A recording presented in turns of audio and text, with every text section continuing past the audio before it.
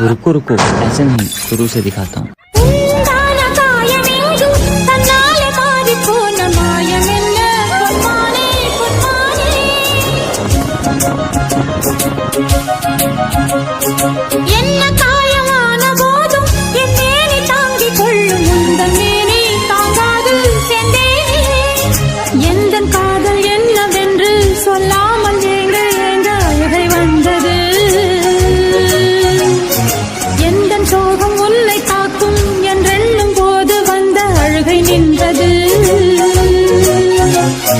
மனிதர் உணர்ந்து கொள்ள இது மனித காதல் அல்ல, அதையும் தாண்டி புனிதமானது.